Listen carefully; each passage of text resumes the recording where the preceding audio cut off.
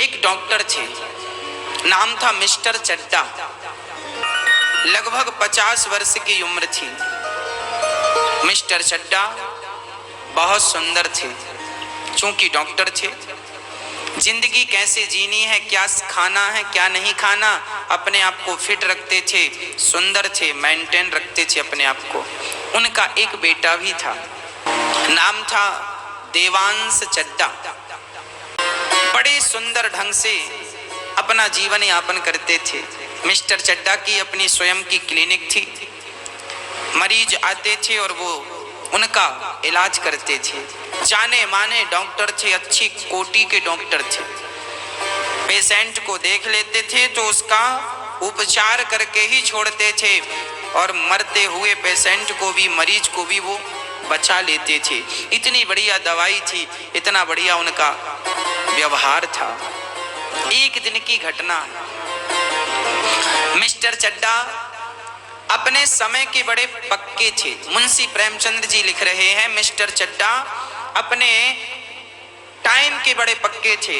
6 बजे क्लिनिक बंद करनी है, मतलब करनी है। उनका नियम था कि क्लिनिक बंद करके और वो गोल्फ का खेल खेलते थे। गोल्फ का खेल खेलते थे। अभी मिस्टर चड्डा अपनी दुकान का शटर गिरा ही रहे थे कि एक बूढ़ा सा व्यक्ति, सिर पे पगड़ी, फटा सा कुर्ता, फटी सी धोती, नंगे पांव, उसकी गोद में 8 वर्ष का एक नन्हा सा बालक था। दौड़ा दौड़ा आया, चड्डा साहब, चड्डा साहब, डॉक्टर साहब, डॉक्टर साहब, देखिए मेरे बच्चे को क्या हो गया है, ये बोल नहीं रहा है, इसकी जबान रुक गई है। अभी बढ़िया सा खेल रहा था, अचानक ना जाने क्या हुआ, बहुत बीमार हो गया है, शरीर बहुत गर्म है, जरा आप इसका इलाज कर दीजिए। मिस्टर चड्डा ने घड़ी देखी, भाई 6 बज गए हैं, मेरे खेलने का समय हो गया है, मुझे अपने आप को फिट भी तो रखना है, समय हो गया है, एक काम करना, तुम कल आना। वो गरीब आदमी गिड़गिड़ाने लगा, डॉक्टर साहब ऐसा मत कहिए साहब, मैं मर जाऊंगा, हम बुढ़ा बुढ़ी का इस बच्चे के सिवा कोई सहारा नहीं है, यदि रात को इसे कुछ हो गया, बहुत तेज बुखार है, शरीर बिल्कुल जल रहा है, डॉक्टर साहब रहम करो, अनाथ हो जाऊंगा, मेरा कोई सहारा नहीं है, हाथ पांव भी नहीं चलते, कोई कमा के 2 रोटी खिलाने वाला नहीं है, रहम कीजिए, इस बच्चे की रक्षा कीजिए, आप पे मुझे पूर्ण विश्वास है, आप इसकी रक्षा कर लेंगे। मिस्टर चड्डा ने कहा, समझ में नहीं आता, कह दिया ना कि कल देखूंगा, आज मेरे खेलने का वक्त है, मैं नहीं देख सकता। ये कहकर मिस्टर चड्डा अपनी गाड़ी में जाकर बैठ गए। वो बूढ़ा व्यक्ति बच्चे को लेकर गिड़गिड़ाता रहा, डॉक्टर साहब रुकिए, ये देखिए इसकी हालत देखिए, पता नहीं रात भर में क्या हो जाएगा। और वो गिड़गिड़ाता रहा, रोता रहा, पर मिस्टर चड्डा, डॉक्टर साहब अपनी गाड़ी पे बैठकर वहां से चल पड़े। वो बूढ़ा फिर भी गाड़ी की ओर एक टकटकी लगाकर देखता रहा कि शायद इनका हृदय पिघल जाए, शायद ये मेरे बच्चे की रक्षा करने आ जाएं, शायद मेरे बच्चे की जान बच जाए। पर डॉक्टर साहब नहीं आए। मिस्टर चड्डा अपने घर की ओर रवाना हो गए। ये बूढ़ा व्यक्ति अपने बच्चे को लेकर वापस घर गया और उस रात उस बच्चे ने दम तोड़ दिया। सही वक्त में उसे इलाज मिल जाता तो शायद उसकी जान बच जाती, पर मिस्टर चड्डा को तो गोल्फ का खेल खेलना था, समय के बड़े पक्के थे। उन्होंने कह दिया था कल आना, पर शायद वो छोटा सा बच्चा कल देख ना पाया। उसके जीवन का, उस बुढ़ा और बुढ़ी के जीवन का वो चिराग सदा सदा के लिए बुझ गया। समय गुजरा, मिस्टर चड्डा का बेटा था, आज उसके 20 वर्ष पूरे हो गए थे और आज उसके 20 वर्ष जीवन के हो गए। 20वां जन्मोत्सव चल रहा था। मिस्टर चड्डा ने बड़ी सी पार्टी दी। डॉक्टर साहब हैं, पैसे वाले हैं, बड़े लोग हैं और अमीर लोगों के ख्याल अलग हैं। बड़ी पार्टी दी। मुंशी प्रेमचंद्र बढ़िया लिख रहे हैं कि मिस्टर चड्डा ने बड़ी सुंदर पार्टी दी। सब अमीरों को बुलाया, आज मेरे बेटे का जन्मदिन है, आओ। बड़ी बड़ी पार्टियां, बड़े सुंदर तरीके से लोगों को बुलाया, स्वागत किया। सबके स्वागत में मिस्टर चड्डा और उनका बेटा दोनों ही खड़े रहे और दोनों ने हाथ जोड़कर सबका स्वागत किया। आइए आइए। मिस्टर चड्डा का जो बेटा देवांश चड्डा था, उसे सांप पालने का बड़ा शौक था। जहरीले जहरीले नांगों को वो अपने वश में कर लेता था और जड़ी बूटी कहीं मिल जाए सो चाहे 2000 की हो चाहे 10,000 की लाता था और सांपों को पालने का बड़ा शौक था। मेहमानों का तांता लगा हुआ था, मेहमान आ रहे थे, कोई कुछ खा रहा है, कोई कुछ खा रहा है, कोई तारीफ कर रहा है। मिस्टर चड्डा आपने बहुत सुंदर मैनेजमेंट किया, वाह कितना सुंदर वातावरण है। तभी देवांश के दोस्त आए और उन्होंने कहा, देवांश आज हम तुम्हारे सर्पों को देखना, नागों को देखना चाहते हैं। उसने कहा, रात्रि का वक्त है, सांप अभी अंदर हैं और अभी दिखाना ठीक नहीं, अभी हम नहीं दिखा सकते आपको। तो एक दूसरे मित्र ने ताना मारते हुए कहा, हाँ हाँ हमें लगता है तुम सांपों को पालते जरूर होगे पर उनके जहर के दांत तोड़ देते होगे। देवांश को यह बात बड़ी बुरी लगी। उन्होंने कहा, ना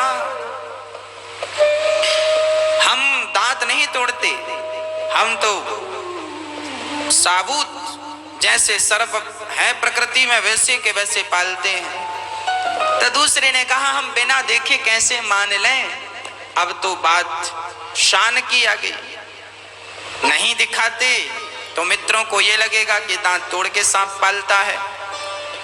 उसका पारा चढ़ गया, चलो हम तुम्हें दिखाते हैं। रात्रि का वक्त था, एक काले से नाग को उसने पकड़ा। अच्छा, नागों का स्वभाव होता है कि यदि नागों को ये पता चल जाए कि हमें इस व्यक्ति से खतरा नहीं है तो उस व्यक्ति को कभी हानि नहीं पहुंचाता। सर्प डंक तब मारता है, काटता तब है जब उसे ये लगता है कि इस व्यक्ति से हमें खतरा है। पर उस एक काले से नाग को पकड़ा और उसका मुंह बहुत तेज दबाया, कस के दबाकर उसका मुंह खोला और अपने मित्रों को दिखाया, देखो इसके दांत है ना, जहरीले दांत। सारे मित्र चौकन्ने रह गए, चौंक गए, अरे ये तो सचमुच काला नाग है और इसका डसा हुआ पानी भी नहीं मांगता, इतना खतरनाक सांप है। मित्र देखकर समझ गए कि ये सच्ची का सांपों का प्रेमी व्यक्ति है, पर वो मित्र तो डर के मारे बाहर निकल गए। पर सांप का जब मुंह दबाया इसने जोर से तो सांप की आंखें लाल लाल हो गई। उस सांप ने विचार किया कि आज तक इसने मेरे साथ ऐसा व्यवहार नहीं किया, ना जाने क्या हुआ इसने मेरे साथ ऐसा व्यवहार किया। सर्प को लगा कि शायद ये मुझे मारने पर उतारू है। तो देवांश ने जैसे ही सांप का मुंह पकड़ करके दिखाया मित्रों को और उसके बाद धीरे धीरे पकड़ कमजोर कम करके और नीचे रखा, उसी प्रकार सांप ने संभल करके जो उसकी उंगली में डंक मारा, वो बालक उसकी उंगली में डंक मारा, वो बाहर गया और जहां उसकी दराज में जड़ी बूटियां रखी थीं, पिता से कहा, पिताजी ये सर्प ने डस लिया है मेरी जड़ी बूटी, जरा उसको पीस कर दीजिए। मिस्टर चड्डा बहुत बड़े डॉक्टर थे, उन्होंने कहा कोई बात नहीं, मैं तेरी उंगली काट देता हूं, सारा जहर निकल जाएगा। एक उंगली काटने से शरीर की रक्षा हो रही है तो जल्दी से काटना ही ठीक है। उसने कहा, ना मुझे विश्वास है कि मेरी जड़ी कारगर है, वो ये कह ही रहा था कि वो बालक जमीन पर गिर गया, नाग ने ही तो डसा है। चारों तरफ हल्ला हो गया, मिस्टर चड्डा के पुत्र को सर्प ने डस लिया, मिस्टर चड्डा के पुत्र को सर्प ने डस लिया। सारे नगर में हल्ला हो गया, सारे मेहमान देखने आने लगे और जड़ी रखी गई, पर जड़ी असर ना कर पाई। मिस्टर चड्डा रोने लगे, उनकी पत्नी रोने लगी, मेरा बेटा बेटा, तेरी बात ना मानी होती, उंगली काट दी होती तो पुत्र तेरी रक्षा हो जाती। नगर में बड़े बड़े जो सांप को झाड़ने वाले थे उनको बुलाया गया, पर उनका कोई मंत्र काम ना कर सका। 2 घंटे बीत गए, उसकी धड़कन भी धीरे धीरे बंद होने लगी।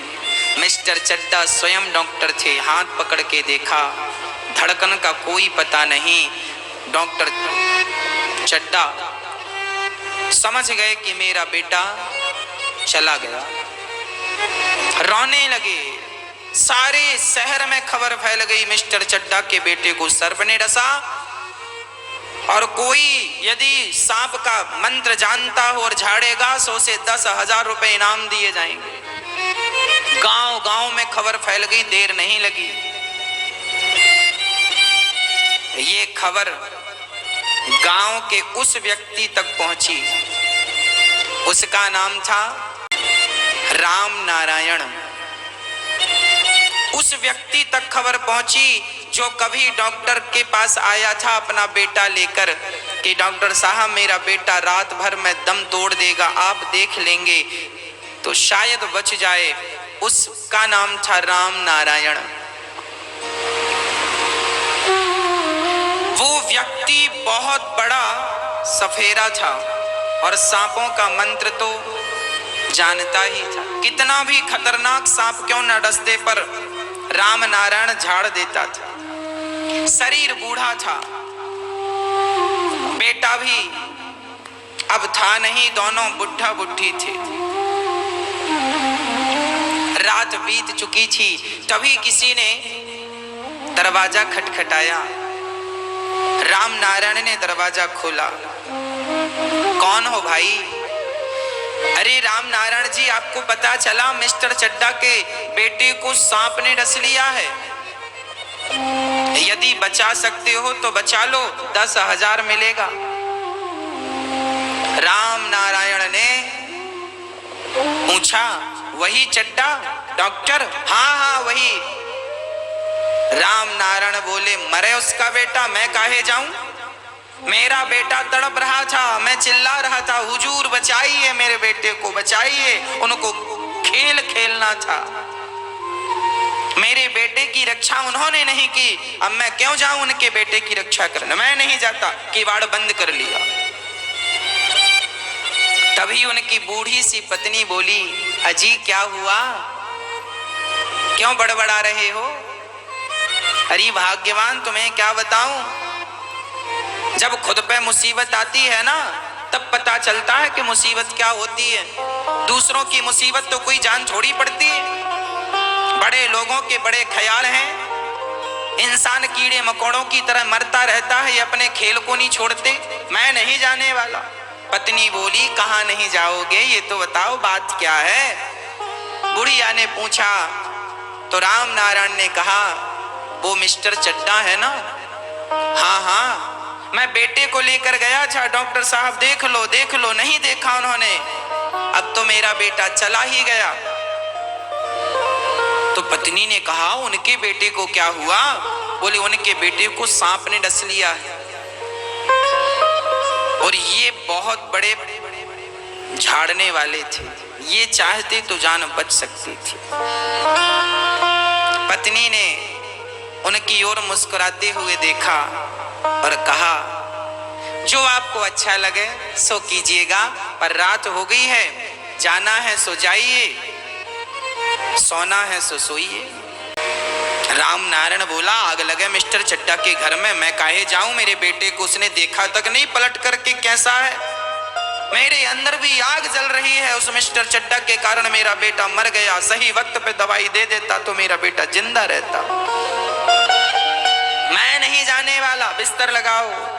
बुढ़िया ने बिस्तर लगाया, दोनों आराम करने लग गए। पर राम नारायण करवट बदलते रहे, इन्हें नींद ना आई। मुंशी प्रेमचंद्र जी लिख रहे हैं, मुंशी प्रेमचंद्र जी लिख रहे हैं, ये कभी इस करवट पे जाएं, कभी इस करवट पे जाएं।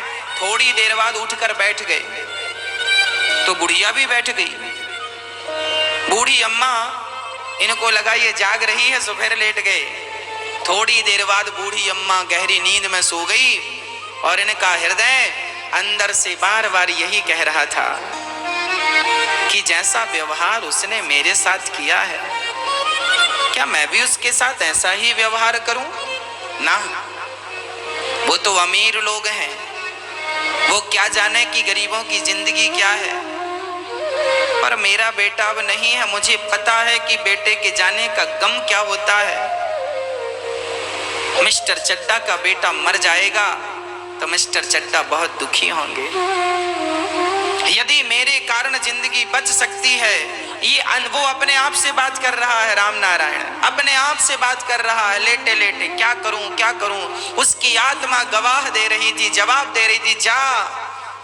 उसने देखा टोकरी सो गई है, लाठी उठाया, दरवाजा धीरे से खोला, दरवाजा बाहर से बंद किया, चलता गया चलता गया चलता गया।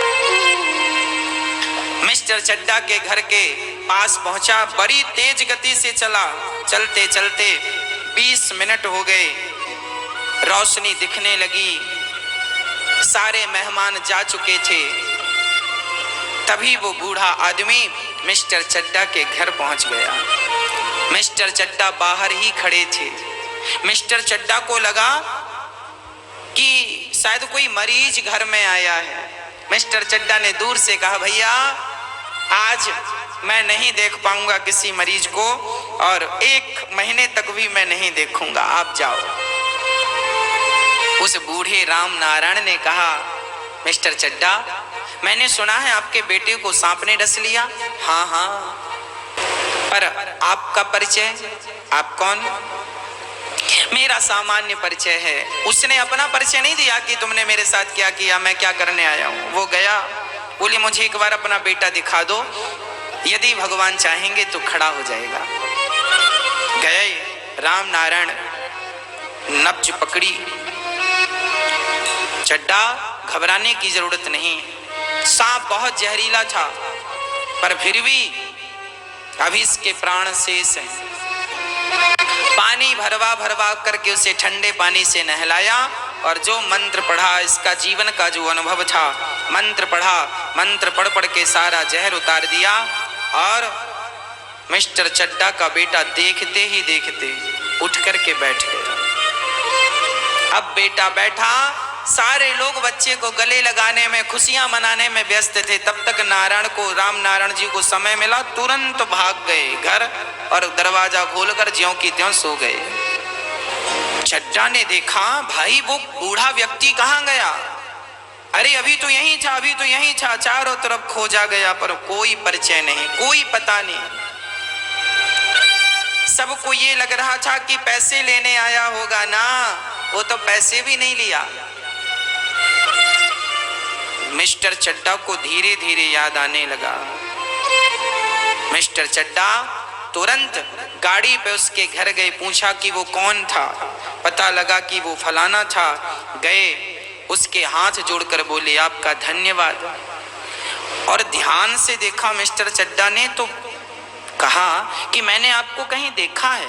हाँ साहब, एक बार मैं अपने बच्चे को लेकर आपकी क्लिनिक आया था, आपको खेल खेलने जाना था, सो आप खेल खेलने चले गए और मेरे बेटे की जीवन लीला पूरी हो गई। एक आप हैं जो किसी की जिंदगी इसलिए नहीं बचाते कि आपको खेलना है, और एक मैं हूं, मुझे रात को नींद नहीं आई केवल इसलिए कि आपका बेटा संकट में।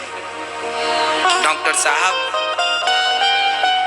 यदि ईश्वर ने आपको कोई गुण दिया है, कोई योग्यता दी है, और यदि आपका वो गुण, आपका वो टैलेंट, आपकी वो योग्यता किसी की जान बचाने के काम आ जाए तो समझ लेना कि आपकी वो विद्या फलीभूत हो गई। और आपकी विद्या किसी के काम ना आए तो केवल भार है, बोझा लेके घूम रहे हो। ये केवल भार है, बोझ है। बस मेरी माँ डॉक्टर साहब की आंखों में झरझर आंसू गिर रहे थे। मैं आपका किस मुंह से शुक्रिया अदा करूं, किस मुंह से धन्यवाद दूं। जिस डॉक्टर ने इनके बेटे की जान नहीं बचाई, वो बिना बुलाए आधी रात को इनके बेटे की जान। इंसानियत कभी ना भुलाइएगा, कभी ना भुलाइएगा। मुंशी प्रेमचंद्र इस कहानी के पीछे यही कहना चाहते हैं, किसी भी हाल में, किसी भी स्थिति में, किसी भी परिस्थिति में आप अपनी इंसानियत का परिचय देना मत भूलिएगा, कभी मत भूलिएगा। डॉक्टर साहब का बेटा तो खड़ा हो गया और उनके हृदय में एक अजब सी उथल पुथल चल रही थी। क्यों मैंने इनके पुत्र की रक्षा नहीं की, क्यों मैंने इनके पुत्र की रक्षा नहीं की, क्यों मैंने अपनी इंसानियत का परिचय, मैं क्यों इतना निर्दयी हो गया कि मैंने तड़पते हुए पिता के हृदय को ना देखा, उस पुत्र की रक्षा ना की। जमीन पे माथा रख के डॉक्टर साहब माफी मांगने लगे। यदि आप मुझे माफ कर देंगे तो विधाता मुझे माफ कर देगा। उस राम नारायण बूढ़े व्यक्ति ने डॉक्टर साहब को हृदय से लगाया, कोई बात नहीं, मेरा बेटा गया तो गया, आपका बेटा तो सलामत है। मेरा जीवन पूरा हो गया है, मेरी उम्र पूरी हो गई है, इस बच्चे की उम्र भी बहुत थी, मैंने अपना धर्म निभाया है। आपसे बस यही कहूंगा, आगे से मेरे जैसा कोई दूसरा बाप अपने बेटे को लेकर आए तो आप खेल का बहाना मत बनाइएगा, आप उसकी जान बचाइएगा। यही कहते कहते मुंशी प्रेमचंद्र जी इस कहानी को पूरा कर देते हैं। अर्थ, ये जिंदगी बोझा बन जाती है। हम पूरी जिंदगी अपने लिए करते हैं, पूरी जिंदगी व्यर्थ का एटीट्यूड लेकर घूमते हैं, व्यर्थ का ईगो, अहंकार लेकर घूमते हैं, एटीट्यूड में जीवन जीते हैं। पता नहीं किस बात का व्यक्ति अहंकार करता है। जिस व्यक्ति को आप दो कौड़ी का समझकर उसे दुत्कार देते हैं साहब, पता नहीं वो व्यक्ति कब आपके काम आ जाए। इसलिए कभी किसी का अनादर, अपमान ना कीजिएगा। आप किसी का अपमान करके क्या स्वयं का सम्मान बढ़ा सकते हैं? नहीं ना। इसलिए किसी का अपमान ना कीजिएगा। किसी का अपमान आप करेंगे तो वो उसका नहीं, आपका अपमान है, और किसी का सम्मान आप करेंगे तो वो उसका नहीं, आपका सम्मान है। आज मिस्टर चड्डा को जीवन भर की पढ़ाई में जो सबक ना मिला, आज एक अनपढ़ बूढ़े व्यक्ति ने सबक दे दिया। हम पढ़ लिख कर इंसानियत भूल रहे हैं, भूल जाते हैं। हम डॉक्टर होने का फर्ज, कर्तव्य भूल जाते हैं। हम इंसान होने का फर्ज और कर्तव्य भूल जाते हैं। आप जहां हैं, आप एडवोकेट हैं, आप जज हैं, आप नेता हैं, आप अभिनेता हैं, आप जहां हैं, जैसे हैं, आप बिजनेसमैन हैं, व्यापारी हैं, आप अपना फर्ज और अपनी इंसानियत दोनों निभाइए।